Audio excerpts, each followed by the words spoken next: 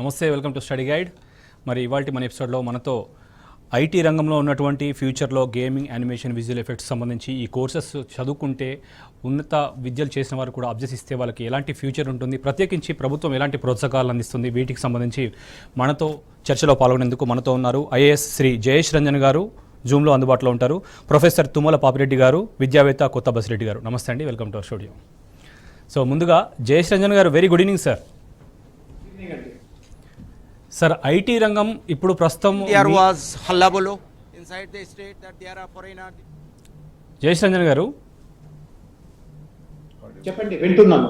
IT రంగం rocket స్పీడ్లో దూసుకుపోతుంది. ప్రత్యేకించి తెలంగాణను మీరు లోకల్ టు గ్లోబల్ ఏదైతే వినిపిస్తున్నారో దానికి సంబంధించి కృషి చేస్తున్నారో మీకు, మీ టీంకి అందరి తరఫున కూడా we congratulate first of all. Thank you. Okay, ఫ్యూచర్లో ముఖ్యంగా గేమింగ్, యానిమేషన్ మరియు విజువల్ ఎఫెక్ట్స్ ఈ కోర్సెస్కి సంబంధించి ఇండస్ట్రీ ఎలా డెవలప్ అవ్వబోతోంది, వీటికి ఇండియాలో ప్రత్యేకించి ఎలాంటి ప్రాధాన్యత ఉండబోతోంది, మరి మీరు తీసుకున్నటువంటి ప్రణాళికలు ఒకసారి చెప్తారండి. ప్రేక్షకులందరికీ నమస్కారం. మీరు చెప్పినట్టుగా గత 7 సంవత్సరాల నుంచి తెలంగాణలో ఐటీ రంగంలో మంచి అభివృద్ధి, మంచి పురోగతి సాధించడం జరిగింది. మన భారతదేశంలోనే ఒక ఆదర్శంగా, ఒక నమూనాగా తెలంగాణ రాష్ట్రం ఈరోజు పేరు పొందింది. ప్రతి సంవత్సరము ఐటీ రంగంలో కొత్త కంపెనీస్ హైదరాబాద్లోకి కానీ వరంగల్లోకి కానీ చేరడము, ఇక్కడ నుంచి కొత్త సాఫ్ట్వేర్ తయారు చేసి ఎక్స్పోర్ట్ చేయడము, ఉపాధి కల్పించడం, వీటన్నింటిలో భారతదేశంలోనే ఒక అగ్రగామి రాష్ట్రంగా మన పైన ఇది ఒక మంచి ముద్ర పడింది. హైదరాబాద్లో ఐటీని చూస్తూ ఉంటే మన మొత్తం భారతదేశంలోనే యాన్యువల్ గ్రోత్ అత్యధికంగా ఇక్కడే సాధించడం జరుగుతూ ఉంది.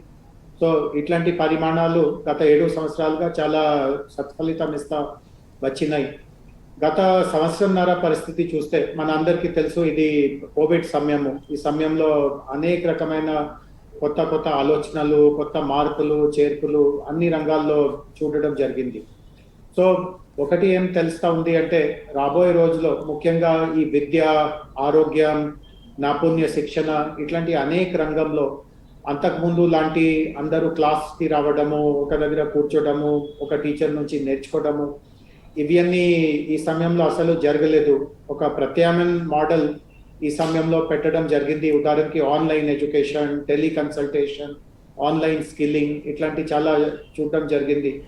రాబోయే రోజుల్లో కరోనా నుంచి మనకు పూర్తిగా విముక్తి వచ్చిన గత సంవత్సరంన్నరలో నుంచి పాటిస్తున్నటువంటి కొన్ని విధానాలు తరతరాలుగా నడుస్తాయి, నిలబడతాయి, అట్లా నేను ఆశిస్తున్నాను. ఉదాహరణకి ఇప్పుడు మనము ఆన్లైన్ లెర్నింగ్ చూస్తున్నాము. ఆన్లైన్ లెర్నింగ్ వలన కొన్ని సమస్యలు ఉన్నాయి.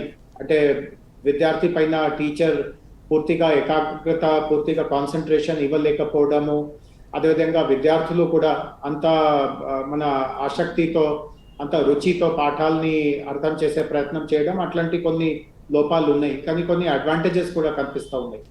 ఈ ఆన్లైన్ విద్య ద్వారా ఈరోజు ఒకటి ఏం సాధ్యం అవుతా ఉంది అంటే, ప్రొఫెసర్ ఎక్కడైనా ఉన్నా, అంటే ప్రపంచంలో బెస్ట్ ప్రొఫెసర్ ద్వారా మనము విద్యని అందించుకోగలము. ఈరోజు ప్రొఫెసర్ మీ క్లాస్ రూమ్ లోనే ఉండాలి, అట్లాంటి ఏమాత్రం కూడా నిబంధన లేదు. ఆయన ఎక్కడి నుంచి అయినా వీడియో ద్వారా, ఇప్పుడు నేను మీతో వీడియో ద్వారా ముఖాముఖి అవుతున్నాను. రాబోయే రోజుల్లో ఒక ప్రొఫెసర్ అమెరికాలో కావచ్చు, యుఎస్లో కావచ్చు, ఎక్కడి నుంచి అయినా ఆయన వాళ్ళ స్టూడెంట్స్ని ఈ రూపంలో, వీడియో రూపంలో, ఆన్లైన్ రూపంలో ఆయన ఉద్దేశించుకోవచ్చు. సో కొన్ని ప్రభావము కోవిడ్ లేకపోయినా మన జీవితం పైన, మన లావాదేవీల పైన కొన్ని నడుస్తూ ఉంటాయి. సో ఈ క్రమంలో మనకు యానిమేషన్, విఎఫ్ఎక్స్, గేమింగ్కి కూడా రాబోయే రోజుల్లో ఇంకా చాలా ప్రాధాన్యత పెరగవచ్చు అట్లా అనిపిస్తూ ఉంది. విద్యా బోధనంలో, స్కిల్లింగ్లో, ఉదాహరణకి ఇప్పుడు మెడికల్ స్టూడెంట్స్ ఉంటారు. వాళ్ళు సాధారణంగా మెడికల్ శిక్షణ చదివేటప్పుడు వాళ్ళకి ఈ డిసెక్షన్స్ ఉంటాయి. అంటే బాడీస్ని వాళ్ళు డిసెక్ట్ చేసి బాడీలో ఉన్నటువంటి ఆర్గన్స్ ఎక్కడ ఉన్నాయి, వాటి పరిస్థితి ఎట్లా ఉంది, అవన్నీ చూస్తారు. అంటే ఈ సమయంలో అట్లాంటి చేసే బహుశా పరిస్థితి రాకపోవచ్చు. కానీ ఈరోజు 3D ద్వారా, AR, VR ద్వారా, యానిమేషన్ మాధ్యమం ద్వారా అవే ఏ మాత్రం కూడా మనము ఇంటి నుంచి బయటికి వెళ్ళకుండా, ఒక శవాన్ని తాకకుండా మనము అవన్నీ చాలా ముమ్మరంగా నేర్చుకోగలము అనమాట. సో రాబోయే రోజులు ఇప్పుడు హైదరాబాద్లో ఎయిర్ క్రాఫ్ట్ తయారీ చాలా భారీ స్థాయిలో జరుగుతూ ఉంది. ఒక ఏరోస్పేస్ కేంద్రంగా భారతదేశంలో ఒక అగ్రగామి కేంద్రంగా మనము తయారై ఉన్నాము. ఏరోస్పేస్లో కూడా ఇంజిన్ మెయింటెనెన్స్, ఇంజిన్ రిపేర్స్ ఇట్లాంటివి చాలా విషయాలలో చాలా నైపుణ్యత తీసుకురావాల్సిందిగా ఉంటే చాలా లోతుగా శిక్షణ తీసుకోవాలి. ఈరోజు ఈ కోవిడ్ సమయంలో అంత లోతుగా వెళ్ళే శిక్షణ తీసుకునే పరిస్థితి లేదు.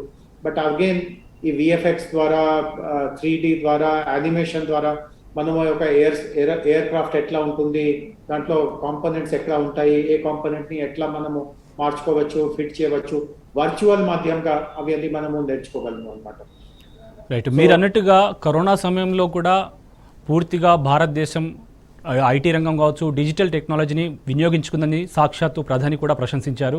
మరి దీన్ని అగ్రభాగంలో సింహభాగంగా తెలంగాణ సంపూర్ణంగా వినియోగించుకుందని చెప్పడంలో ఎలాంటి డౌట్ కూడా లేదు.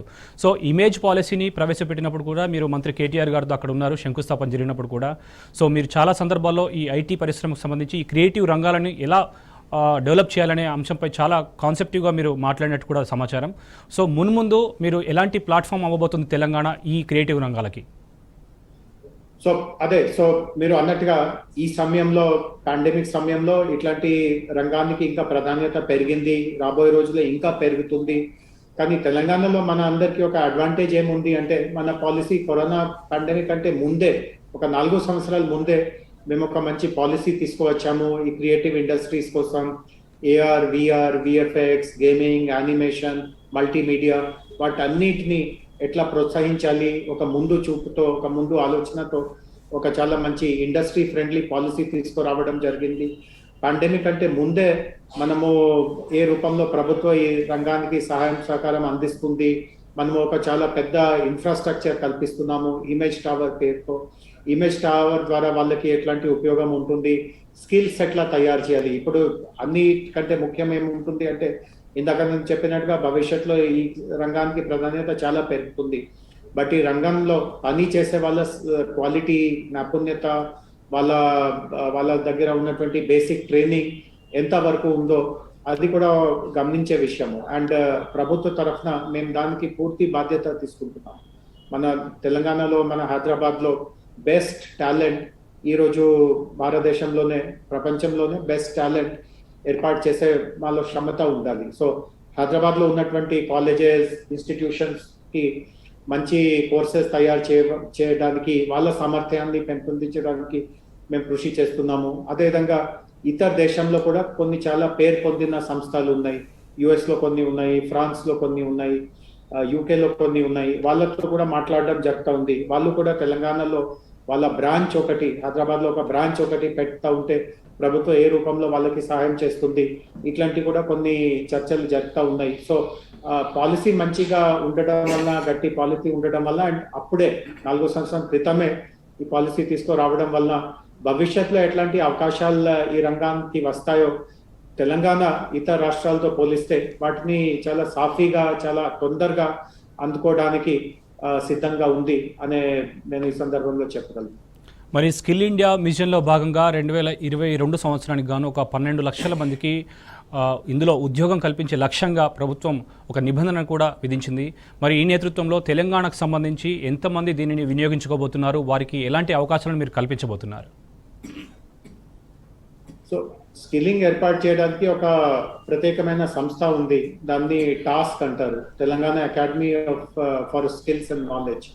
సో టాస్క్ ఇండస్ట్రీతో చాలా దగ్గరగా పని చేస్తూ ఉంటుంది. అంటే ఇండస్ట్రీలో ఎట్లాంటి అవసరాలు ఉన్నాయో దానికి తగినట్టుగా స్కిల్లింగ్ మేము చేస్తాము. సో సపోజ్ మాకు ఇండస్ట్రీ నుంచి ఫీడ్బ్యాక్ వచ్చింది దట్ వాళ్ళు ఒక రకమైన సాఫ్ట్వేర్ వాడుతున్నారు, ఒక రకమైన అప్లికేషన్ వాడుతున్నారు, కానీ మన కాలేజెస్లో, మన ఇన్స్టిట్యూషన్స్లో అట్లాంటి సాఫ్ట్వేర్ నేర్పించడం ఇంకా మొదలు అవ్వలేదు. సాధారణంగా అంటే ప్రొఫెసర్ బాపిరెడ్డి గారు కూడా ఉన్నారు, వారు కూడా చెప్తారు దట్ యూనివర్సిటీలో కానీ కాలేజెస్లో కానీ సిలబస్ మార్పిడి కొంత ఆలస్యంగా జరుగుతుంది. అంటే ఒక రకం అండ్ సాఫ్ట్వేర్ టెక్నాలజీలో మన అందరికీ తెలుసు మార్పులు చాలా స్పీడ్గా, వేగంగా జరుగుతూ ఉంటాయి.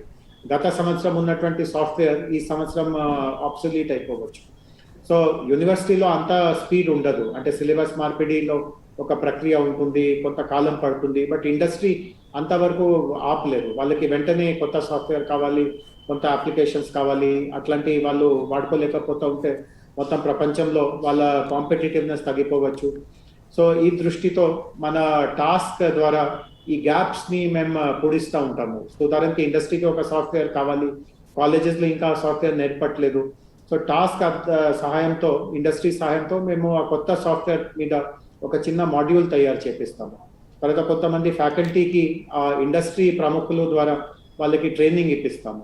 అండ్ వాళ్ళ విద్యార్థులకి వాళ్ళు ఆ కొత్త సాఫ్ట్వేర్ మీద క్లాసెస్ అనంతరం, ఉదాహరణకి నేను ఒక కాలేజ్లో కంప్యూటర్ సైన్స్ చదువుతున్నాను. సో ఉదయం 10 నుంచి సాయంత్రం 5 వరకు నా సిలబస్లో ఏం చదివేది ఉందో అది చదువుతాను. కానీ 5 గంటల తర్వాత నేను అడిషనల్ క్లాస్గా ఈ టాస్క్ మాడ్యూల్స్ ఒకటి కానీ ఇంకొకటి కానీ రోజువారీగా కొన్ని నేర్చుకుంటూ ఉంటాను. అండ్ టాస్క్ మాడ్యూల్స్ పూర్తి అయ్యాక ఒక పరీక్ష కూడా టాస్క్ పెట్టుకుంది. అండ్ ఆ పరీక్షలో ఉత్తీర్ణంగా అయిపోతే మీకు ఒక సర్టిఫికేట్ ఇస్తారు. ప్లస్ రేపు మీరు ఎక్కడైనా అప్లై చేస్తూ ఉంటే, జాబ్స్కి వెళ్తూ ఉంటే ఆ సర్టిఫికేట్ మూలంగా మీకు మంచి జాబ్ రావడము, ఎక్కువ శాలరీతో మిమ్మల్ని కంపెనీ వాళ్ళు తీసుకోవడం ఇట్లాంటివి కూడా జరుగుతుంది. సో తెలంగాణలో ఇది చాలా ముమ్మరంగా జరుగుతూ ఉంది. ప్రతి సంవత్సరం ఒక 40,000 నుంచి 60,000 మంది విద్యార్థులకి ఈ టాస్క్ కోర్సెస్ మేము ఇప్పించగలుగుతున్నాము. ఓకేనండి. మరి భారత ప్రభుత్వం ఈ యానిమేషన్ గేమింగ్ జోన్కి, అంటే ఈ క్రియేటివ్ ఇంజనీరింగ్ కోర్సెస్ రంగం ఏదైతుందో దాన్ని 2 సెక్టార్లుగా, ఒకటి సన్రైజ్ సెక్టార్, ఒకటి ఛాంపియన్ సెక్టార్స్గా గుర్తించిందా? మరి తెలంగాణ ప్రభుత్వం నుంచి అంటే ఇతర ఫారిన్ పెట్టుబడులు ఆకర్షించేందుకు మన ముందున్న టాస్క్ ఎటువంటిది? మరి దీనికోసం మీరు ఏ విధంగా సన్నద్ధమవుతున్నారు? అంటే జాతీయ స్థాయిలో కూడా ఈ రంగాన్ని ఒక ఇంపార్టెంట్ సెక్టర్ గా గుర్తించడం జరిగింది. కానీ కేంద్ర ప్రభుత్వంలో ఒక సమస్య ఏముంది అంటే వాళ్ళు ఈ రంగాన్ని ఈ ప్రస్తుతం ఇన్ఫర్మేషన్ అండ్ బ్రాడ్కాస్టింగ్ మినిస్ట్రీ ఆధ్వర్యంలో పెట్టారు. అంటే దీంట్లో ఉన్నటువంటి టెక్నాలజీ కోణాన్ని వాళ్ళు అంత జాగ్రత్తగా గమనించుకోలేకపోతున్నారు. సాధారణంగా ఇది కేంద్ర స్థాయిలో ఉన్నటువంటి ఐటీ మినిస్ట్రీ భాగంగా ఉండాలి, వాళ్ళ బాధ్యతగా ఉండాలి. కానీ ఇన్ఫర్మేషన్ అండ్ బ్రాడ్కాస్టింగ్ మినిస్ట్రీ ఈ సబ్జెక్ట్ ని పర్యవేక్షిస్తూ ఉంది. సో వాళ్ళకి కొంతవరకు అవగాహన ఉంటుంది, బట్ టెక్నాలజీ గురించి, ఈ క్రియేటివ్ టెక్నాలజీస్ గురించి సాంకేతికంగా అంత వాళ్ళకి విషయం తెలియదు. సో కేంద్ర ప్రభుత్వం నుంచి పెద్దగా ఇప్పటి వరకు మాకు పెద్దగా వచ్చింది ఏం లేదు. కానీ మన రాష్ట్రంలోనే దీన్ని ఒక ప్రముఖమైన సెక్టర్గా గుర్తించడం, పాలసీ తీసుకురావడము, టాస్క్ లాంటి సంస్థల ద్వారా శిక్షణ కార్యక్రమాలు ఏర్పాటు చేయడము, నేను ఇమేజ్ టవర్ గురించి కూడా 2 నిమిషాలు మాట్లాడాలి. ఇప్పుడు మన హైదరాబాద్లో పరిస్థితి ఎట్లా ఉంది అంటే అనేక ఈ గేమింగ్ రంగంలో కానీ, యానిమేషన్ రంగంలో కానీ, విఎఫ్ఎక్స్ రంగంలో కానీ, AR/VR రంగంలో కానీ మంచి కంపెనీస్ తయారవుతున్నాయి. ఇప్పుడు కూడా భారతదేశంలో బెంగళూరు ఒక ముఖ్యమైన కేంద్రం ఉంది, అది మనము ఒప్పుకోవాల్సిందే. గతంలో ఒక 5 సంవత్సరాల క్రితం బెంగళూరు తర్వాత బాంబే ఉండేది. బాంబే, పూనా కలిపి చూస్తే అక్కడే ఇది దేశంలో అది 2వ సెంటర్గా బాంబే, పూనా ఉండేది. అండ్ దాని తర్వాత హైదరాబాద్, చెన్నై, గుడ్గావ్ అవి అన్నీ వచ్చేవి. కానీ గత 5 సంవత్సరాలుగా ఈ పరిస్థితి పూర్తిగా మారింది. ఈరోజు బెంగళూరు ఆఫ్ కోర్స్ ఈరోజు కూడా నంబర్ 1లోనే ఉంది, బట్ బెంగళూరు తర్వాత అతి పెద్ద ఈ యానిమేషన్ గేమింగ్ కేంద్రంగా ఈరోజు హైదరాబాద్ తయారైంది. బాంబే కంటే, పూణే కంటే, మన చెన్నై అండ్ గుర్గావ్ కంటే పెద్ద ఇండస్ట్రీ ఇక్కడే తయారైంది. అండ్ ఈ మధ్యలో వాళ్ళు చేసిన వర్క్ కూడా కొన్నిటికి చాలా చాలా అంతర్జాతీయ స్థాయిలో కూడా పేరు వచ్చింది. మన అందరికీ తెలుసు, ఛోటా భీమ్ అనే క్యారెక్టర్ ఒక హైదరాబాద్లో ఉన్నటువంటి ఒక స్టూడియో, గ్రీన్ గోల్డ్ స్టూడియో తయారు చేసింది. ఒక 2 సంవత్సరాల క్రితం నెట్ఫ్లిక్స్ నుంచి వాళ్ళకి ఒక కాంట్రాక్ట్ వచ్చింది. అండ్ ఈరోజు చాలా గర్వంగా చెప్పే విషయం ఏముంది అంటే నెట్ఫ్లిక్స్లో ఈ చిన్న పిల్లలు చూసే కార్యక్రమంలో మొత్తం ప్రపంచంలోనే 2nd మోస్ట్ వాచ్డ్ సిరీస్గా ఈ ఛోటా భీమ్, దాన్ని మైటీ భీమ్ అంటారు ఇంగ్లీష్లో, మైటీ భీమ్కి ఇట్లాంటి గౌరవం దక్కింది. అంతకుముందు మనకు బాహుబలి గురించి అందరికీ తెలుసు, నేను చెప్పాల్సిందిగా అవసరం లేదు. దానికంటే ముందు కూడా చాలా ఇంపార్టెంట్ కొన్ని హాలీవుడ్ సిరీస్, కొన్ని హాలీవుడ్ మూవీస్, జంగల్ బుక్ లాంటి ఒక సిరీస్ ఉంది. చివరిగా ఒక సింగిల్ లైన్లో చెప్పండి. అంటే ఇంజనీరింగ్ కోర్సెస్ చేసిన వాళ్ళు కూడా చాలామంది, కొంతమంది నిరుద్యోగులుగా ఉన్నారు. మరి అలాంటి వారికి ఈ ఏదైతే క్రియేటివ్ రంగం కోర్సెస్ ఉన్నాయో అవి ఎలా ఉపయోగపడబోతున్నాయి, వారికి ఎలాంటి భవిష్యత్తు ఉండబోతోంది? క్రియేటివ్ రంగంలో అడుగు పెట్టే వాళ్ళు ఇంజనీరింగ్ చదివిన వాళ్ళే ఉండాలి అట్లాంటి ఏం కాదు. ఈవెన్ 10th వరకు చదివిన వాళ్ళకి కూడా ఈ రంగంలో అవకాశం ఉంది. ఈ రంగంలో ఇదే విశిష్టత ఉంది. ఒక పక్క చాలా పిహెచ్డి చేసిన వాళ్ళు, ఎంటెక్ బీటెక్ చేసిన వాళ్ళకి కూడా అవకాశం ఉంది. 10th పాస్ అయిన వాళ్ళకి కూడా ఈ రంగంలో అవకాశం ఉంది. ఎందుకంటే వర్క్ రకరకాలుగా ఉంటాయి. కొన్ని యానిమేషన్ చేసే వర్క్ ఉంటుంది. సపోజ్ మీకు డ్రాయింగ్ బాగా వచ్చు, మీరు చిన్నటప్పటి నుంచి మంచి బొమ్మలు గీయగలుగుతున్నారు, మీరు కూడా ఈ రంగానికి బాగా సూట్ అవుతారు. సో ప్రతి ఒక్కరికి ఏ రూపంలో ఈ రంగాని కోసం తయారు చేయాలి, రకరకాలుగా కోర్సెస్ ఉన్నాయి. కాలేజ్లో చదువుతూ కూడా కోర్సెస్ చేయవచ్చు, కాలేజ్ అనంతరం కూడా కోర్సెస్ చేయవచ్చు. అండ్ ఇట్లాంటి అవకాశాలు ఈ ఇండస్ట్రీ మన ప్రాంతంలో, మన రాష్ట్రంలో ఇది చాలా వేగంగా అభివృద్ధి చెందుతూ ఉంది. అంటే ఐటీ రంగానికి సంబంధించి మంత్రి కేటీఆర్ గారు చాలా కీన్ ఇంట్రెస్టెడ్గా ఉంటారు. ఆయన నుంచి ఎటువంటి సహాయ సహకారాలు అందే అవకాశం ఉంది ఈ క్రియేటివ్ కోర్సెస్కి? సో నేను ఇందాక ఇమేజ్ టవర్ గురించి చెప్తా ఉన్నాను. ఇది ఒక చాలా భారీ పెట్టుబడితో రాష్ట్ర ప్రభుత్వం చేపడుతున్నటువంటి ఒక చాలా ప్రతిష్టాత్మకమైన ఇది ఒక ఇన్ఫ్రాస్ట్రక్చర్. ఒక 14 లక్ష స్క్వేర్ ఫీట్ తో కూడిన ఒక బిల్డింగ్ మేము నిర్మాణం చేస్తున్నాము పూర్తిగా ఈ ఇండస్ట్రీ కోసం. సో ఈ నిర్ణయం పూర్తిగా గౌరవ్ ఐటీ శాఖ మంత్రి వర్యులు కేటీ రామారావు వారే స్టార్టింగ్ లో ఈ పాలసీ తయారు చేసేటప్పుడు చెప్పారు, ఈ రంగానికి ప్రభుత్వం నుంచి అన్నిటికంటే ముఖ్యమైన సహాయం ఒక మంచి ఇన్ఫ్రాస్ట్రక్చర్ కల్పించడం ఉంటుంది. ఆ దిశలో వాళ్ళు మమ్మల్ని ప్రోత్సహించారు. అండ్ దానివల్ల ఇంకా ఒక 2 సంవత్సరాల్లో ఈ ఇమేజ్ టవర్ మన హైదరాబాద్కి ఒక చాలా ప్రతీక్ చిహ్నంగా రాబోయే రోజులో ఇది నిలబడే పరిస్థితి ఉంటుంది. Right, thank you so much అండి జయేష్ రంజన్ గారు. ఇంత బిజీ షెడ్యూల్లో కూడా మీరు మాతో పార్టిసిపేట్ చేసి ఇటు స్టూడెంట్స్కు, పేరెంట్స్కే కాక విద్యావేత్తలకు కూడా మీరు మంచి మార్గనిర్దేశనం చేశారు. థ్యాంక్ యూ సో మచ్ అండి. ఇప్పుడు ఒక చిన్న బ్రేక్ తీసుకుంటాం. Welcome back. మరి ఇంటర్మీడియట్ పూర్తి చేసిన విద్యార్థులు ఉద్యోగం సంపాదించాలంటే మంచి స్కిల్ ఓరియంటెడ్ డిగ్రీ ఉండాల్సింది. అందుకే భవిష్యత్తులో ఏ రంగాలలో ఎక్కువ ఉపాధి అవకాశాలు ఉన్నాయో తెలుసుకోవాలి. మరి 2022 సంవత్సరంలో gaming, visual effects and animation రంగాల్లో 13 లక్షల ఉద్యోగాలు, గేమ్ ఆర్ట్ అండ్ డిజైనింగ్, మల్టీమీడియాలో 4 ఏళ్ల క్రియేటివ్ ఇంజనీరింగ్ డిగ్రీతో ఉజ్వల భవిష్యత్తు ఉంటుందని చెప్పేసి అంటున్నారు. మరి దీనికి సంబంధించి ఒక వీడియో చూద్దాం. Animate your dreams and make them come true. Be creative and create something unique. Come, design your games and produce fascinating visual effects. Unleash your creativity and passion. Let your stunning visuals and mesmerizing stories inspire the world. Come, join the assembly of creative engineers. Come to DigiQuest. ప్రస్తుతం మరి creative engineering రంగానికి సంబంధించి మనతో మరిన్ని విషయాలు పంచుకునేందుకు మనతో ఉన్నారు professor Tummala Papireddy గారు, విద్యావేత్త, కొత్త బసిరెడ్డి గారు. నమస్తే అండి సార్. మీరు చెప్పండి, మరి ఈ క్రియేటివ్ రంగాలను ప్రోత్సహించాల్సిన సందర్భం ఇప్పుడున్న తరంలో ఎంత మేరకు ఉంది? మరి ఐటీ మరియు మంత్రిత్వ శాఖ కూడా దీనికి చాలా బాగా ప్రోత్సహిస్తోంది. మరి ఎలాంటి వ్యూహాలతో మీరు వెళ్ళబోతున్నారు పాపిరెడ్డి గారు? నమస్కారం అండి అందరికీ. ఇంతకుముందే IT and industry secretary Jayesh Ranjan గారు చాలా స్పష్టంగా చెప్పడం జరిగింది. హైదరాబాదు సిటీ కానీ, తెలంగాణ రాష్ట్రం కానీ యానిమేషన్, గేమింగ్, విజువల్ ఎఫెక్ట్స్ ఈ ఇండస్ట్రీ విస్తరణ కోసం చాలా అనుకూలమైన వాతావరణం ఉంది.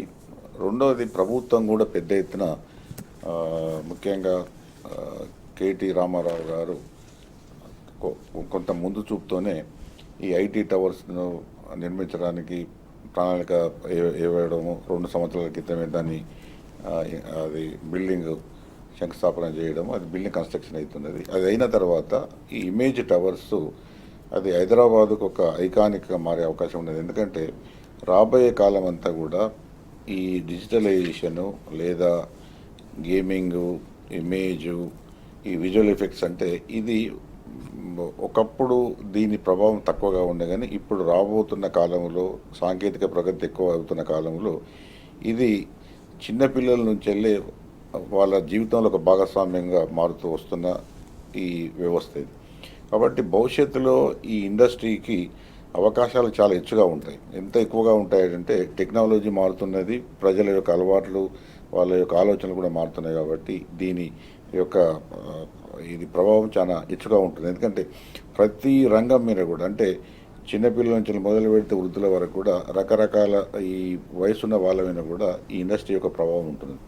కాబట్టి మేము దీన్ని అంటే ఉన్నత విద్యా మండలి కానీ, యూనివర్సిటీస్ కానీ ముందుగానే గుర్తించడం జరిగింది కాబట్టి ఇక్కడ ఈ డిజిటలైజేషన్ కానీ లేకపోతే ఈ విజువలైజేషను, ఇమేజ్, తర్వాత యానిమేషన్ ఇవన్నిటిని కూడా మేము ఒక సరి అయిన పంతాలు తీసుకుపోవడానికి సాధ్యమైనంత వరకు వీటిని ప్రోత్సహిస్తున్నాం. రెండోది ఏంటంటే, ఇది ఇంతకుముందు జయశ్రంజన్ గారు చెప్పాను, ఈ ఇండస్ట్రీ ప్రధానంగా క్రియేటివిటీకి సంబంధించింది. క్రియేటివిటీ అన్నది మామూలు డిగ్రీతోనే సంబంధం అంతగా ఉండదు. ఎందుకంటే డిగ్రీ అన్నది ఒక కొలమానంగా కొలవడానికి అది ఒక యార్డ్ స్టిక్గా ఉంటుంది. కానీ ఇక్కడ ఈ ఇండస్ట్రీ అంతా కూడా క్రియేటివిటీ అంటే వాళ్ళ యొక్క సృజనాత్మక శక్తి అనేదే నిర్ణయాత్మకంగా ఉంటుంది. వాళ్ళు ఇంతకుముందు జయశ్రంజన్ గారు అన్నారు, 10th క్లాస్ వాళ్ళైనా ఎలిజిబులే, ఇంటర్మీడియట్ వాళ్ళైనా ఎలిజిబులే, బీటెక్ వాళ్ళైనా ఎలిజిబుల్. టాలెంట్ ఉన్న వాళ్ళు టాలెంట్ ఉన్న వాళ్ళు ఎవరైనా ఏ స్టేజ్లో ఉన్న వాళ్ళకి కూడా దీనికి ఎలిజిబులే. కాకపోతే ఎందుకంటే ఇక్కడ ఈ వ్యవస్థను ఒక ఫార్మలైజేషన్ అంటే పిల్లలకు రేపు ఉపాధి అవకాశాల కోసం కానీ, లేకపోతే ఉన్నత చదువుల కోసం కానీ, వేరే దేశాలకు పోయి ఇంకా ఉన్నత విద్యను అభ్యసించడానికి కానీ వాళ్ళకు ఒక ఫార్మల్ డిగ్రీ అవసరం అవుతుంది. అంతవరకు మాత్రమే ఇది పనికొస్తుంది. కానీ నిజంగా వాస్తవంగా వాళ్ళకి కావాల్సింది technology, innovative skills, innovative thinking. ఇవి అదృష్టవశాత్తు హైదరాబాద్లో చాలా పుష్కలంగా ఉన్నాయి. ఎందుకంటే ఐటీ ఇండస్ట్రీ ఇప్పుడు ఇంతకుముందు మన సెక్రటరీ గారు అన్నట్టుగా హైదరాబాదు బెంగళూరు తర్వాత 2వ స్థానంలోకి రావడం జరిగింది. తర్వాత ఇక్కడ క్రియేటివిటీకి సంబంధించిన ఫిలిం ఇండస్ట్రీ కానీ, మిగతా క్రియేటివిటీకి సంబంధించిన స్టూడియోస్ కానీ అన్నీ కూడా చాలా ఎక్కువగా ఉన్నాయి. కాబట్టి భవిష్యత్తులో ఈ ఇండస్ట్రీని ఇంకా మేము ముందుకు తీసుకుపోవడానికి వల్ల అన్ని అవకాశాలను కూడా మేము వాడుతున్నాం ఒకటి. తర్వాత రెండోదైన స్టేట్ కౌన్సిల్ తరఫున మేము వీళ్ళు ఎవరైతే ఇప్పుడు ఈ కాలేజీలు నడుపుతున్నారో ఈ గేమింగ్, తర్వాత ఇమాజినేషను, ఇమేజ్, తర్వాత విజువల్ ఎఫెక్ట్స్ ఇవన్నిటిని కూడా మేము సాధ్యమైనంత వరకు వాళ్ళకున్న ఈ సమస్యలు, వాళ్ళకు కొన్ని సమస్యలు వస్తున్నాయి, ఆ సమస్యలను పరిష్కరించి దీన్ని ఎట్లా ముందు తీసుకోవాలి. నేను మళ్ళీ ఇంకొక మాట ఎందుకు అంటున్నానంటే, ఇక్కడ యూజీసీ ప్రిస్క్రైబ్డ్ కోర్స్ కానీ, యూనివర్సిటీ ప్రిస్క్రైబ్డ్ కోర్స్ కానీ వాళ్ళ రూల్స్ రెగ్యులేషన్స్కు ఈ ఇండస్ట్రీకి కొంత భిన్నంగా ఉంటుంది. ఎందుకంటే అవన్నీ ఒక ఫార్మాటు, ఒక పద్ధతిలో అవి నడుస్తుంటాయి. ఇక్కడనేమో ఇది ఒక పూర్తిగా ఒక వేరే రంగానికి సంబంధించింది. ఎందుకంటే ఇక్కడ ఇటువంటి ఒక సిస్టమ్, ఒక వ్యవస్థ పెట్టి ఆ వ్యవస్థల్ని పనిచేయాలి, వ్యవస్థల నుంచి రావాలంటే సాధ్యం కాదు. ఎందుకంటే ఇక్కడ క్రియేటివిటీ అనేది చాలా ముఖ్యం. కాబట్టి ఈ యూజీసీ కానీ, యూనివర్సిటీస్ కానీ, లేకపోతే స్టేట్ కౌన్సిల్ కానీ వీళ్లకు కొంత రిలాక్సేషన్ ఇచ్చి కొంత ఏ విధంగా వీళ్ళను వాళ్ళ ఇండస్ట్రీ అవసరాలకు అనుగుణంగా ప్రోత్సహించడం అవసరము, ఆ విధంగా చేయడం అవసరం.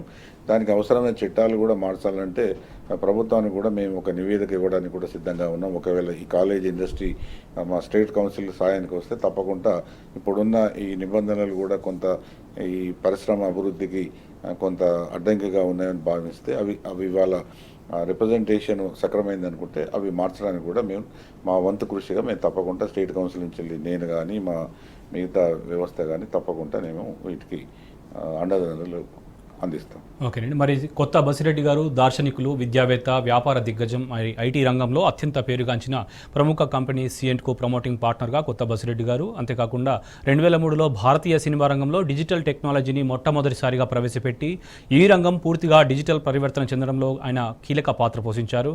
ఇది మన దేశంలో భారీ సాంకేతిక విప్లవానికి ఒక తెరలేపినట్టు మనం చెప్పుకోవచ్చు. ఆపై మన దేశ యువతకు కూడా ఉద్యోగ అవకాశాలు కల్పించాలనే సత్సంకల్పంతో భవిష్యత్తులో ఉద్యోగాల కల్పనలో కూడా కీలక పాత్ర పోషించనున్న గేమింగ్, యానిమేషన్ రంగాలలో హైదరాబాద్ను అభివృద్ధి చేసి భారతదేశం గర్వించదగ్గ ప్రపంచ స్థాయి గేమింగ్ మరియు యానిమేషన్ హబ్గా మార్చాలనే ఆకాంక్షతో నిరంతరం కృషి చేస్తున్నారు.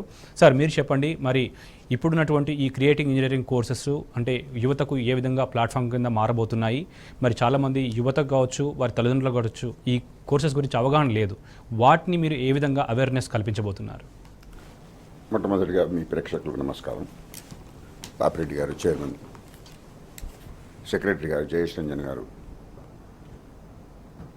వీళ్ళ సహకారం నుంచే మేమేమన్నా చేయగలుగుతాం సార్. సో చేస్తున్నారు వాళ్ళు.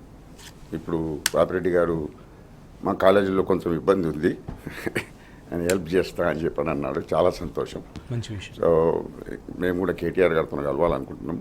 ఇదేంటంటే సన్ రైజ్ సెక్టర్గా ఎప్పుడైనా కానీ ఏదైనా అవకాశాలు ఇటువంటివి కొత్తవి వస్తుంటే దానికి ఇంకా కొంచెం రాయితీలు ఎక్కువ ఇవ్వాలి సార్. అంటే రాయితీలు అంటే నేను అనేది డబ్బులు వాళ్ళతో తీసుకోకుండా, ఇప్పుడు డబ్బులు తీసుకుంటున్నారు మా దగ్గర, మేము ట్యాక్స్ కట్టినట్లు కడుతున్నాము. సో ఇటువంటివి కాకుండా వాళ్ళు మాకు అడిషనల్గా రాయితీలు ఇవ్వకుండా కానీ మాకు అవకాశాలు ఇస్తే మేము ఎంతోమంది స్టూడెంట్స్ను మేము ప్రోత్సహించగలుగుతాం. సో ఇప్పుడు కాలేజీలో ఉన్న పరిస్థితుల్లో ఏంటంటే సార్ ఫుల్ అడ్మిషన్స్ రావడం లేదు. ఎందుకంటే పేరెంట్స్ ఏమనుకుంటారంటే ఈ రోజుల్లో ఇంకా ఇప్పటికి కూడా ఇంత వాళ్ళు ఈ కరోనా నుంచి కూడా ఇంత ఐటీ అంత చూసి ఆన్లైన్ అంత చూసిన తర్వాత కూడా ఇది ఒక వేస్ట్ ఇండస్ట్రీ, ఇది బొమ్మలు గీసేది అది ఇది అని చెప్పని అనుకుంటున్నారు.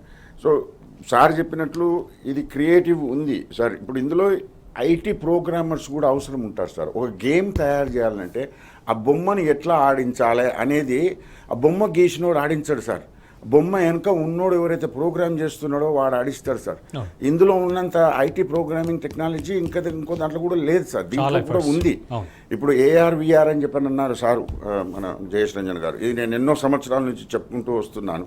ఇది మీ టీవీలో నేను 4 సంవత్సరాల కిందనే చెప్పి ఉంటాను నేను. ఈ ఏఆర్ విఆర్లో ఏమైందంటే సార్ ప్రతి ఒక్క ట్రైనింగ్ అనేది వర్చువల్గా ఇమ్మర్సివ్గా అయిపోయి దాని నుంచి ట్రైనింగ్ ఇస్తారు సార్. ఇప్పుడు మారుతి డీలరు మీ ఊర్లో ఒకటి పెట్టుకుంటారు సార్, వాడు వీడికి వచ్చి హైదరాబాద్కి ఇప్పుడు కోవిడ్ ఇచ్చిపెట్టండి అది మనకు అవకాశాలు ఎక్కువ చూపించింది. కానీ ఇప్పుడు వాడు ఆ ఊరు నుంచి హైదరాబాద్కి వచ్చి మారుతి సెంటర్లో ట్రైనింగ్ ఎందుకు పోవాలి, లేకపోతే చెన్నైకి ఎందుకు పోవాలి, వాడు ఏఆర్ విఆర్లో చేసుకోవచ్చు. ఇప్పుడు మా దగ్గర ఒక కస్టమర్ ఒకటి వచ్చిండే మలేషియా నుంచి ఇంజనీరింగ్ స్టూడెంట్. సౌదీ అరేబియాలో ఆయిల్ రెగ్ వెల్స్ను దాన్ని కూల్ చేయనీకే రేడియేటర్స్ ఉంటాయి సార్. ఆడపోయి ఎడారిలో పోయి పని చేయనీకపోతే వాళ్ళని ఎత్తుకుపోతారంట. అయితే వాళ్ళు తొందరగా పని ఎట్లా చేసేయాలి, తొందరగా ఎట్లా బయటపడాలి. దాని తర్వాత ఏంటంటే లేబర్ ఏంటంటే ఆడంతా మొత్తం రివాల్వింగ్ డోర్ సార్. కొత్త కొత్త లేబర్ వస్తుంటారు ప్రతి సంవత్సరం, వేరే దేశాల నుంచి వస్తుంటారు కనుక వాళ్ళకు ఇంట్లోనే వన్ సిస్టమ్ ఆఫీస్లోనే ట్రైనింగ్ ఇప్పించి ఆడికి పోయిన తర్వాత టకటకటకట తీసి అర్ధగంట లోపల వెళ్ళిపోవాలంట. లేకుంటే వాళ్ళని ఎత్తుకుపోయి ర్యాన్సమ్ కొరకు అడుగుతారంట. టైం కన్స్యూమింగ్ సరిగా తగ్గిపోతుంది. ట్రైనింగ్ తెలివి అన్ని మనకు వేస్టేజ్ అనేది ఉండదు. ఇప్పుడు ఏరోప్లేన్ ఇంజన్ పోయి లోపల నువ్వు రిపేర్ చేయరా అని చెప్తే వాడు ఏమైనా తప్పు చేస్తే ఇంజన్ పోతే ఎన్ని వందల కోట్లు వేస్ట్ అవుతాయి సార్. సో ఇది మొదలే వాడు 100కి 10 సార్లు చేసి అదే ఆన్లైన్లోనే టెస్టింగ్ తీసుకొని వాడు అన్ని కరెక్ట్గా చేస్తున్నాడా, సిస్టమేటిక్గా ఒకటొకటి ఓపెన్ చేస్తున్నాడా, ఒక్కొక్క బోల్ట్ అనేది ఇవన్నీ ఇందులోనే రాబోతున్నాయి సార్. సో దాని తర్వాత మనం ఏం చేసినాము, శిలలపై శిల్పాలు చెక్కినాం సార్. ఆ బొమ్మలన్నీ మనం ఇంజన్ల ద్వారా చూపించచ్చు, ఏమన్నా చూపించచ్చు, ఇక్కడ పిల్లలు చూపించచ్చు. మన ఐటీ ప్రోగ్రామర్స్ చాలా మంది ఉన్నారు సార్.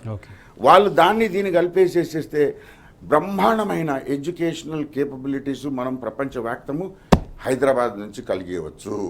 సూపర్, చాలా అద్భుతంగా ఉందండి. ఇది జరగబోతుంది సార్. ఎస్, క్రియేటివ్ ఇంజనీరింగ్ రంగానికి సంబంధించి రూపొందించిన వీడియోని ఒకసారి చూద్దాం మరి. Come, animate your dreams and make them come true. Be creative and create something unique. Come, design your games and produce fascinating visual effects. Unleash your creativity and passion.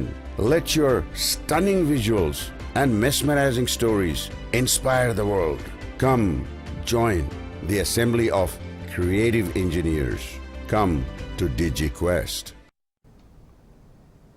ఓకేనండి, మనం video చూసి చాలా బాగుంది. మరి పాపిరెడ్డి గారు మీరు చెప్పండి, హయ్యర్ ఎడ్యుకేషన్లో మరి ఇలాంటి కోర్సెస్ను అంటే ప్రోత్సహించడం కావచ్చు, తీసుకునేటందుకు కావచ్చు, Telangana state council of higher education ఎలాంటి చర్యలు తీసుకోబోతుంది? మరి ముఖ్యంగా ఇంకో ఇంపార్టెంట్ క్వశ్చన్ ఏంటంటే ఇంటర్మీడియట్ కంప్లీట్ అయిన వారు ఎంసెట్ రాస్తుంటారు, మరి దీనికి కూడా ఎంసెట్ ఏమైనా ఎలిజిబిలిటీ ఉందా? వితౌట్ ఎంసెట్ కూడా వాళ్ళు అప్లై చేసుకునే అవకాశం ఉందా? ఏం చెప్తారు?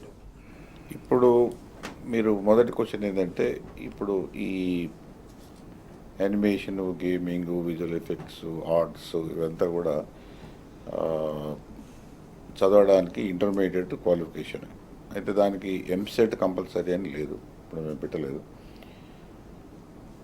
రెండవ అంశం ఏంటంటే, ఇక్కడ ఇప్పుడు మీకు 2 విషయాలు నేను స్పష్టంగా చెప్తాను, ఇంతకుముందు కూడా చెప్పాను.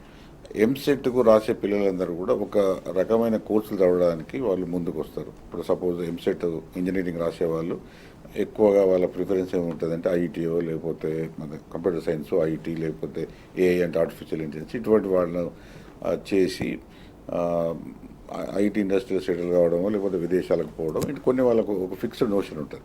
దాని ప్రకారం వాళ్ళు ఎంసెట్ రాస్తారు, వాళ్ళు చేస్తారు. లేకపోతే ఎంసెట్ మెడికల్ స్ట్రీమ్ ఉంటుంది, వాళ్ళు చేసిన వాళ్ళు మెడికల్కి వెళ్ళిపోతారు. అయితే ఇక్కడికి వచ్చేవారికి, ఈ సెక్టర్కి వచ్చేవారికి ఏంటంటే, ఇది ఇట్లా ఒక స్పెసిఫిక్ గోలు ఏదైతే ఇప్పుడు ఎంసెట్ రాసే వాళ్ళకు ఉంటుందో ఆ విధంగా ఉండడానికి అవకాశం తక్కువ ఉంటుంది. ఎందుకు తక్కువ ఉంటుందంటే ఇక్కడ వచ్చే వాళ్ళ పిల్లలకు అభిరుచులు, వాళ్ళ అలవాట్లు, తర్వాత వాళ్ళ ఆలోచన ధోరణి అవి ఈ ఇండస్ట్రీకి మూలమైంది.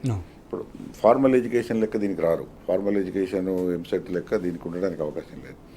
అయితే ఇప్పుడు మేము చేయాల్సింది అంటే ఇప్పుడు స్టేట్ కౌన్సిల్ కానీ యూనివర్సిటీస్ కానీ ఎవరైతే ఇటువంటి ఏది ఆలోచన తీసుకొని ముందుకు వచ్చి వాళ్ళు కాలేజీలు పెడతారు, లేకపోతే ఈ ఏరియా అంటే ఈ సెక్టార్ను ఎంకరేజ్ చేస్తారు, వాళ్ళను మేము ప్రొటెక్ట్ చేయాలి, వాళ్ళకి ఎంకరేజ్ చేయాలి. వాళ్ళకి ఒక ఇంతకుముందు అన్నట్టు we have to give helping hand to them. అంటే వాళ్ళు మేము ఈ విధంగా ముందుకు పోతాం, ఈ పరిశ్రమలో ఇటువంటి విషయాలు ఉన్నాయి, మనం ఈ విషయాలు ఇట్లా ముందుకు పోతే మనం ఇండస్ట్రీని ముందుకు తీసుకుపోవడానికి అవకాశం ఉంటుంది, దీనిలో పెద్ద ఎత్తున ఉపాధి అవకాశాలు కల్పించడానికి అవకాశం ఉంటుంది. అటు ఐటీ సపోర్ట్ కానీ ఇటు క్రియేటివిటీ కానీ రెండు కంబైన్ చేసినప్పుడు చాలా అద్భుతమైన ఫలితాలు పిల్లలకు వస్తాయని వాళ్ళు చెప్తే వాళ్ళు అవి సరి అయినాయని మనం కన్విన్స్ అయితే మనం ఒకవేళ అవి మనం కరెక్టే అనుకుంటే మనం వ్యవస్థాగతంగా అటు ప్రభుత్వం కానీ ఇటు స్టేట్ కౌన్సిల్ కానీ అటు యూనివర్సిటీస్ కానీ వాళ్ళను ముందుకు పోవడంలో మేము ఒక సహకారాలు అంటే ఒక దోహదకారిగా పనిచేసినప్పుడు వాళ్ళు తప్పకుండా ముందుకు పోతారు. ఎందుకంటే ప్రతి రంగంలో కూడా రిస్క్ ఉంటుంది, ఇందులో కూడా ఇన్వెస్ట్మెంట్స్ ఎక్కువ కావాలి. ఇన్వెస్ట్మెంట్స్ పెట్టి తర్వాత రిస్క్ ఫ్యాక్టర్ ఎక్కువ ఉండి ఇటు మేము కూడా ఈ పరిపాలన సంబంధమైన ఇది ఇట్లా ఉండాలి, ఇది ఇట్లా ఉండాలి, ఈ రూల్ ఇట్లా ఉండాలి అన్నప్పుడు ఇది ఎందుకు మళ్ళీ ఒకసారి ఎందుకు చెప్తున్నానంటే మిగతా కోర్సులకు ఈ కోర్సుకు ఒక డిఫరెన్షియేషన్ ఒక అంటే ప్రాథమికమైన భేదం ఉన్నది. ప్రాథమికమైన భేదం ఏంటంటే మిగతా అన్నీ ఫార్మలైజ్డ్ కోర్సెస్, అంటే దానికి సిలబస్ ఇట్లుంటుంది, చదువు ఇట్లుంటుంది, దానికి ఇట్లా దీనికి సిలబస్ ఉన్న ఒక కోర్సు లెక్క చెప్పినా కూడా ఇవన్నిటికన్నా కూడా వాడు రోజు ఆ కాలేజీలకు వచ్చి చదివినప్పుడు వాడు ఓన్ థింకింగ్ వాడికి ఎట్లున్నది అనేది వీళ్ళు కాలేజీ గుర్తించి వానికి ఆ సెక్టర్లో వీళ్ళు ప్రోత్సహించాల్సి ఉంటుంది.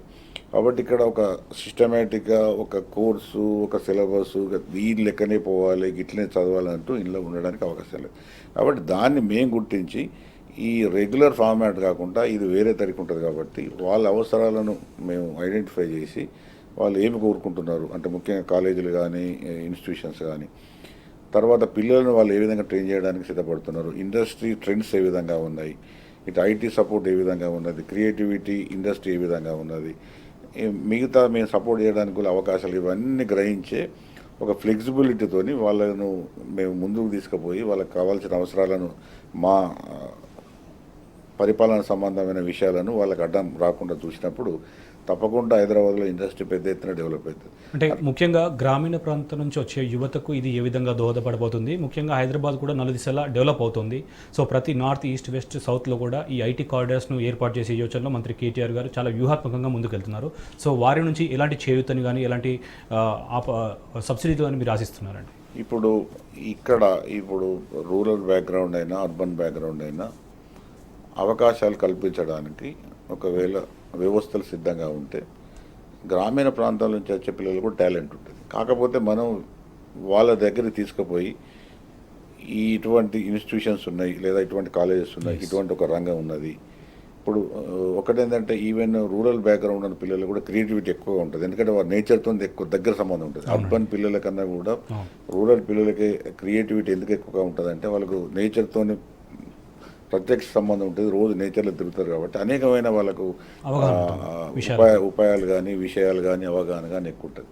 కాబట్టి ఒకవేళ అటువంటి పిల్లలకు కూడా మనం ఒక ప్లాట్ఫామ్ లేకపోతే ఒక ఇన్స్టిట్యూషన్ వాళ్ళకు ఇట్లా క్రియేట్ చేసి మీరు కూడా ఇక్కడికి వచ్చి మీ ఐడియాస్ను ఎక్స్పెరిమెంట్ చేయడానికి అవకాశం ఉన్నది, మీరు అనుకున్నది ఇక్కడ అమలు చేయడానికి అవకాశం ఉన్నదని మనం వాళ్ళకు చెప్పగలిగితే తప్పకుండా కంచెలు కూడా వస్తారు. రెండవది ఇక్కడ ఇంకోటి ఏంటంటే ఇది అవసరం అనుకుంటే ఈ ఇండస్ట్రీ నుంచి కూడా పెద్ద ఎత్తున అంటే ఇప్పుడు యానిమేషన్ ఇండస్ట్రీ కానీ గేమింగ్ కానీ విజువల్ ఎఫెక్ట్స్ కానీ ఇవన్నీ కూడా పెద్ద పెద్ద ఇండస్ట్రీస్. ఈ కాలేజీలకు అంటే వాళ్ళకి కావాల్సిన మ్యాన్ పవర్ సప్లై అంతా కూడా కాలేజీలు వేస్తాయి కాబట్టి ఆ ఇండస్ట్రీ కూడా చాలా పెద్ద ఇండస్ట్రీ ఇవన్నీ. వాళ్ళు కూడా ముందుకు వచ్చి కాలేజీలు కూడా వాళ్ళు కూడా కొంత సాయం చేయాలి. అంటే ఎందుకంటే ఇక్కడ ఇన్వెస్ట్మెంట్ ఎక్కువ ఉంటుంది, రియలైజేషన్స్ తక్కువ ఉంటుంది కాబట్టి ఆ ఇండస్ట్రీ నుంచి కూడా కొంత వీళ్ళకి ఎంకరేజ్మెంట్ ఒకది ప్రభుత్వం సంబంధించిన సంస్థలైన స్టేట్ కౌన్సిల్ యూనివర్సిటీస్ ఒకవైపు, రెండో వైపు ఇండస్ట్రీ కూడా పెద్ద ఎత్తున ఏదైతే వీళ్ళు చేసే పనులతో ఇండస్ట్రీ ఏదైతే ప్రయోజనం పొందుతుందో ఆ ఇండస్ట్రీ కూడా వీళ్ళని ఎంకరేజ్ చేయాలి. అవసరమైతే కొంత ఇన్ఫ్రాస్ట్రక్చర్ డెవలప్మెంట్లో కానీ, టెక్నాలజీ అంశాలలో కానీ, లేకపోతే రేపు ఇలా చదువుకున్న పిల్లలకు ఎంప్లాయ్మెంట్ క్రియేషన్లు కానీ సంబంధించిన ఇండస్ట్రీ కూడా ముందుకు వచ్చి సాయం చేసినప్పుడు తప్పకుండా ఇండస్ట్రీ హైదరాబాద్లో పెద్ద ఎత్తున అభివృద్ధి కావడానికి అవకాశం ఉంటుంది. అభివృద్ధి కావడమే కాకుండా పిల్లలకు కూడా ఉపాధి అవకాశం ఉంటుంది. గ్రామీణ ప్రాంతాలు కానీ, అర్బన్ ప్రాంతాలు కానీ, చదువుకున్న వాళ్ళు కానీ, తక్కువ చదువుకున్న వాళ్ళు కానీ అందరూ కూడా దీనిలో ప్రయోజనం పొందే అవకాశం ఉంటుంది. ఓకే, బసిరెడ్డి గారు, మరి రాష్ట్రం సిద్ధించిన తర్వాత అనేక రంగాల్లో దూసుకుపోతున్నప్పటికీ ప్రత్యేకించి ఈ దేశంలోని 4 ప్రధాన నగరాల తర్వాత హైదరాబాద్ కూడా ఐటీ వైపు చాలా పరుగులు పెడుతుంది. ముఖ్యంగా బాహుబలి లాంటి మనం మూవీ చూస్తే కనుక విజువలైజేషన్ ఎఫెక్ట్స్ కావచ్చు, యానిమేషన్ కావచ్చు, ఒక లోకల్ టు గ్లోబల్ అనే వాయిస్ ఒక వినిపించింది మనకు. సో మీరు చెబుతున్నటువంటి ఈ క్రియేటివ్ రంగాల కోర్సు కనుక ఇప్పుడు యువత అందిపుచ్చుకుంటే వారికి ఎలాంటి భవిష్యత్తు ఉండబోతుంది, వారు ఎలాంటి సంచలనాలకు తెరలిపే అవకాశం ఉంది? సింపుల్గా చెప్పాలంటే సార్, మనం ప్రతిదానికి బాహుబలి అనడం కూడా నాకు అంత నచ్చదు. Baahubali yes, it's a good publicity, branding కూడా బాగుంటుంది, కానీ ఇది లేని రంగం అనేది లేదు సార్. ఎస్, కంప్లీట్లీ ఇన్వాల్వ్డ్ అనమాట. ఇది లేదు. పాటలు పాడేటోళ్ళు కూడా వెనకాల గ్రాఫిక్స్ వీడియోస్ వేసుకునే పాటలు వినిపిస్తారు సార్. గ్రాఫిక్స్ వీడియోస్ ఉంటాయి. ఇది లేని రంగం లేదు. అడ్వర్టైజ్మెంట్ ఉంది, యూజ్ చేస్తున్నారు, రీసెర్చ్లో ఉంది, ట్రైనింగ్లో ఉంది, ఎడ్యుకేషన్లో ఉంది. ఇది లేని రంగం లేదు. ఇప్పుడు ఎలక్ట్రికల్ ఇంజనీర్ అంటే వాడు ఎలక్ట్రానిక్స్కి వెళ్ళాలి. ఇక్కడ వచ్చి క్రియేటివ్ ఇంజనీర్ అని అనుకోండి, వీడు ఏ ఫీల్డ్ అన్నా ఎత్తుకొని ఆ ఫీల్డ్లో పని చేసుకోవచ్చు అన్నట్లు. అది ప్రాముఖ్యత. మేము ఏం చేస్తామంటే మా దగ్గర ఐఎమ్ సో సర్ప్రైజ్, నాకు ఆశ్చర్యకరమైన విషయం ఏంటంటే first year second year students మా వాళ్ళు కొంతమంది పిల్లలు పని చేస్తున్నారు సార్. ఊర్లో నుంచి వచ్చిన వాళ్ళు, మీరు అన్నట్ల రూరల్ అంటారు, ఊర్లో నుంచి వచ్చిన పిల్లలు వాళ్ళకి ఎంత క్రియేటివిటీ ఉందంటే వాళ్ళు బొమ్మలు మంచిగా గీయగలుగుతున్నారు ఫస్ట్ ఇయర్ సెకండ్ ఇయర్లో. అయితే కొంతమంది బొమ్మలు గీసేటోళ్ళు కావాలి, కొంతమంది క్లయింట్స్కు. వాళ్ళు అక్కడ పోయి కాలేజ్ అటెండ్ చేసుకుంటూ సాయంత్రం 3-4 గంటలు పనిచేసి 5-6 వేల రూపాయలు సంపాదిస్తున్నారు సార్. తప్పేముంది సార్? ఏ కాలేజీలో ఉంది ఇటువంటి అవకాశాలు? ఎక్కడ లేదు. అయినా మాకు కావాల్సిన సౌకర్యాలు సరిగ్గా దొరుకుతున్నట్లుగా మాకు అనిపిస్తలేదు సార్. ఎస్పెషల్లీ మా ఇబ్బందులు బాగున్నాయి, ఏడో చెప్పుకుంటే బాగుండదు. సార్కు తెలుసు, ఆయన మాట ఇచ్చినాడు టీవీ మీదనే తప్పనిసరిగా మేము సహకరిస్తామని చెప్పని. మాకు అందరితో సమానంగా కోల్స్తే చాలు సార్. మాకు అవకాశాలు అంతకన్నా ఎక్కువ ఏమొద్దు. మా కాలేజీలు నడిపేయండి. ఈడ ఉన్నవే 1500 మంది 2000 స్టూడెంట్స్ ఉంటారు సార్ మొత్తం హైదరాబాద్లో. మనకు 3 లక్షల ఉద్యోగాలు ఉన్నాయని చెప్పని హైదరాబాద్లో ఈరోజు అంటున్నారు సార్. దీనికి అంటే ప్రతి ఫీల్డ్లో డిమాండ్. అందుకొరకే first year second year students పోయి పనిచేస్తున్నారు సార్. సో అవకాశాలు ఉన్నాయి. సో ప్రభుత్వం కూడా సహకరిస్తే మన యూత్కు ఎంప్లాయ్మెంట్ వస్తుంది, మా కాలేజెస్ సక్సెస్ఫుల్ అవుతాయి. ఇంతకుముందు 10 ఉండే, ఇప్పుడు 14 కాలేజీలు అయినాయి, రేపు 20 కాలేజీలు కావచ్చు. మన యూత్కు మనం ఎలా చేయగలుగుతామో, ప్రపంచంలో మనం మన సామర్థ్యాన్ని ఎలా చాటుకోగలుగుతామనే అవకాశాన్ని మనం వదులుకోకూడదు. ప్రతి educational subject needs to be converted in to A digital format, in a visual format. ప్రతి సబ్జెక్ట్ సార్, ఎన్ని కోట్ల సబ్జెక్టులు ఉన్నాయో ఆలోచించుకోండి.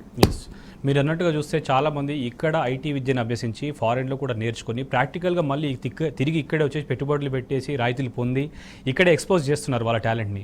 సో ఈ క్రియేటివ్ ఇంజనీరింగ్ రంగానికి కూడా అంతటి ప్రాధాన్యత ఉందంటారా? సో ఎలా అందులో ఆల్రెడీ ఉన్నారు సార్. ఇప్పుడు నేను కానీ బయట నుంచి వచ్చినాను కదా సార్, 27 సంవత్సరాలు బయట ఉండి వచ్చినాను నేను. మైక్ అని చెప్పని మాధవరెడ్డి అని చెప్పని రోటోమేకర్ అనే కంపెనీ పెట్టుకున్నాడు. ఆయన బయటకు పోయి చదువుకొని వచ్చి ఉద్యోగం చేసుకొని యూనివర్సల్ వాళ్ళకి దగ్గర పనిచేసి వచ్చి ఈడ వచ్చి మళ్ళీ అక్కడి నుంచి కాంట్రాక్ట్ తీసుకొచ్చి ఈడ 1000 మంది హైదరాబాద్లో పెట్టుకున్నాడు. శ్రీధర్ అతను గేమింగ్ కంపెనీ పెట్టుకున్నాడు. ఇప్పుడు రాజీవ్ చిలక, వీళ్ళందరూ ఎడ్యుకేషన్ బయట చేసుకొని వచ్చిన వాళ్ళే సార్. వీడికి వచ్చి వ్యవస్థలు పెట్టినారు. మేమందరం ఇందులో ఎడ్యుకేషన్లో కూడా రామనాయుడు గారు ఉన్నారు, అన్నపూర్ణ గారు ఉన్నారు. ఈ సంస్థలు కూడా ఈ ఎడ్యుకేషన్ ఫీల్డ్స్లో ఉన్నారు. ఈ animation, VFX and gaming education ఫీల్డ్స్లో ఉన్నారు. వాళ్ళు mostly concentrate on only and the movie side and all that stuff ఉంటుండొచ్చు, కానీ but we concentrate on general. So Papireddy గారు, మీరు చెప్పండి, మరి ఐటీ మంత్రిత్వ శాఖ కూడా చాలా ముఖ్యంగా ఈ ఫీల్డ్లో ఇన్వాల్వ్మెంట్ ఉంది. సో రాబోయే రోజుల్లో ఎలాంటి అవేర్నెస్తో మీరు ముందుకు వెళ్దాం అనుకుంటున్నారు? ముఖ్యంగా ఎంతమందికి అవకాశం కల్పించే విధంగా, అంటే ఒకవైపు స్కిల్ ఇండియా మిషన్లో 2022లో 12 లక్షల మంది ఉద్యోగాలు అని చెప్పి అంటున్నారు. మరి తెలంగాణ తరపు నుంచి మీరు ఏ విజన్తో ముందుకు వెళ్ళబోతున్నారు?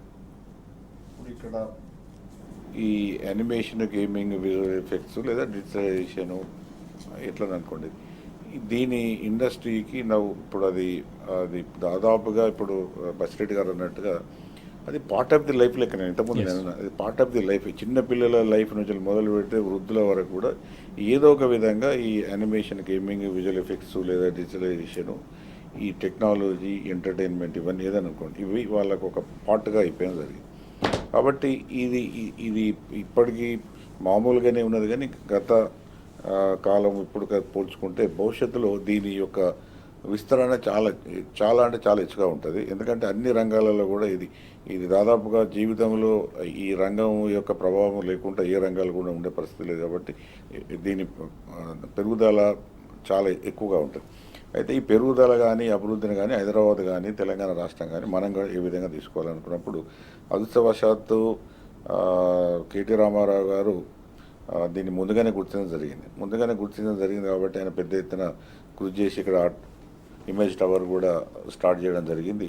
నేను అనుకుంటా భవిష్యత్తులో ఈ ఇమేజ్ టవర్ ఇప్పుడు హైదరాబాద్లో ఇప్పుడు సైబర్ టవర్ అని ఎట్లా అనుకుంటున్నామో మనం ఐటీకి ఒక ఫ్యూచర్ ల్యాండ్ మార్క్ తప్పకుండా ఇది ఇమేజ్ టవర్ వస్తుంది. ఎందుకంటే ఇమేజ్ టవర్ ఇప్పుడు సైబర్ టవర్ కన్నా కూడా ఇమేజ్ టవర్ ఎందుకు ఎక్కువగా అవుతుందంటే ఇప్పుడు ఇమేజ్ టవర్లో సైబర్ టవర్ ఒక భాగం అవుతుంది. ఎందుకంటే ఈ ఇండస్ట్రీ అంత బలంగా ముందుకు పోతుంటుంది. ఒక విధంగా వెనుక నుంచి వెళ్ళి ఐటీ సెక్టర్ సపోర్ట్ చేయాల్సి వస్తుంది. కాబట్టి దాన్ని ముందుగానే గుర్తించారు. కాబట్టి హైదరాబాదులో ఈ ఇండస్ట్రీ పెరుగుదలకు కానీ లేకపోతే దీని యొక్క ప్రభావం కానీ హైదరాబాద్ సిటీ మీద కానీ తెలంగాణ మీద కానీ చాలా ఎక్కువగా ఉంటుంది. రెండోది ఏంటంటే ఇప్పుడు మనం చేయాల్సింది ఏంటంటే ఇక్కడ ఈ రంగాలను అంటే ఇది ఒక ప్రాముఖ్యమైన రంగంగా గుర్తించడం జరిగింది. ప్రాముఖ్యమైన రంగంగా గుర్తించిన తర్వాత ఈ రంగానికి దోహదం చేసే అంశాలు అటు ప్రభుత్వం కానివ్వండి, ఇటు విద్యా సంస్థలు కానివ్వండి, ఇటు విద్యా సంస్థలను కంట్రోల్ చేసే యూనివర్సిటీస్ కానీ, స్టేట్ కౌన్సిల్ కానీ, విద్యాశాఖ కానీ అన్నీ కూడా ఒకటి గుర్తించాల్సింది ఏంటంటే భవిష్యత్తు దీని వైపు ఉన్నది. దీన్ని ఎంత మనం ప్రోత్సహిస్తే, ఎంత ముందుకు తీసుకుపోతే ఈ యువత కానీ మిగతా వాళ్ళు కానీ అన్ని విధాలుగా లాభపడే అవకాశం ఉంటుంది. అయితే ఇక్కడ ఇప్పుడు ఈ ఇండస్ట్రీలో బాగా చదువుకున్న వాళ్ళే బెనిఫిట్ అవుతారు, వాళ్ళే దీనితో ఎక్కువ ప్రయోజనం పొందుతారని కాదు. మామూలుగా ఇంతకుముందు జయశ్రంజన్ గారు అన్నారు, చోటా భీము, చాలా చిన్న చిన్న క్రియేటివిటీ, ఆ క్రియేటివిటీని మనం ఐటీ సపోర్ట్ ద్వారా దాన్ని ఒక ప్రోగ్రామింగ్గా చేసి దాన్ని ముందుకు పోయినప్పుడు ఏమైందంటే ఇప్పుడు దీనిలో ఇంకొక అడ్వాంటేజ్ ఉన్నదంటే అది మీరు ఇంతకుముందు ఒక మాట అన్నారు, లోకలే కావచ్చు, local idea maybe go to global. అది లోకల్ ఐడియా కావచ్చు, లోకల్ ప్రోగ్రామే కావచ్చు, అది కరెక్ట్గా ఉంటే అది గ్లోబల్ ఇంపాక్ట్ ఉంటుంది. అంటే ఇంత ఈజీగా ఏ రంగం కూడా ఒక దగ్గర తయారైన ఒక ప్రోగ్రాము ప్రపంచం మొత్తం మీద కూడా దాన్ని ఇంపాక్ట్ చేసే ప్రభావం ఉన్న తక్కువ రంగాలలో ఈ ఇమేజ్ ఇవన్నీ తయారు చేస్తారు. కాబట్టి ఈ గేమింగ్, విజువల్ ఎఫెక్ట్స్ దీనిలో ఎక్కువగా ఉంటాయి. కాబట్టి తప్పకుండా ఈ ఇండస్ట్రీకి బాగా పెద్ద ఎత్తున ఫ్యూచర్ ఉంటుంది. మనం గుర్తించడం కాబట్టి ఏంటంటే మనం చేయాల్సిన కర్తవ్యం ఏంటంటే we have to encourage the industry, institutions, వీళ్ళందరూ కూడా అన్ని స్టేక్ హోల్డర్స్ అంటే అటు విద్యా సంస్థలు కానివ్వండి, విద్యా సంస్థలకు సంబంధాలు ఉన్న యూనివర్సిటీస్ కానీ, స్టేట్ కౌన్సిల్ కానీ, గవర్నమెంట్ కానీ, మూడో వైపు గవర్నమెంట్ కూడా ఇన్ఫ్రాస్ట్రక్చర్ ఫెసిలిటీస్ అవసరమైతే కాలేజీలకు ఏమైనా కానీ అంటే డబ్బులు అని కాదు, ఇక్కడ వ్యవస్థాగతమైన కానీ పాలసీలు కానీ లేకపోతే ఫ్యూచర్లో ఈ విధంగా రంగం ఇట్లా పోతుంది కాబట్టి వీ విల్ హెల్ప్ యూ అని ఒక విశ్వాసం కానీ అట్లా ఇవ్వడం కాకుండా ఎంతమంది చెప్పినట్టుగా ఏదైతే ఇండస్ట్రీ ఉన్నదో ఆ ఇండస్ట్రీ కూడా వీళ్ళకి సాయం చేయాలి, వాళ్ళు కూడా ముందుకు రావాలి. వచ్చినప్పుడు తప్పకుండా దీనికి అవకాశాలు ಹೆಚ್ಚుగా ఉన్నాయి. నేను అనుకుంటున్నా sky is also not limited, అంటే ఆకాశం కూడా దీనికి అద్దుగా. సో మొత్తంగా థ్యాంక్ యూ సో మచ్ అండి పాపిరెడ్డి గారు, బసిరెడ్డి గారు మా స్టూడియోకి వచ్చి క్రియేటివ్ ఇంజనీరింగ్ సంబంధించి విద్యార్థులకు, పేరెంట్స్కి చాలా విలువైన సలహాలు సూచనలు చేశారు. థ్యాంక్ యూ సో మచ్ అండి. రైట్, ఇది వాళ్ళ study guide. Keep watching tea news.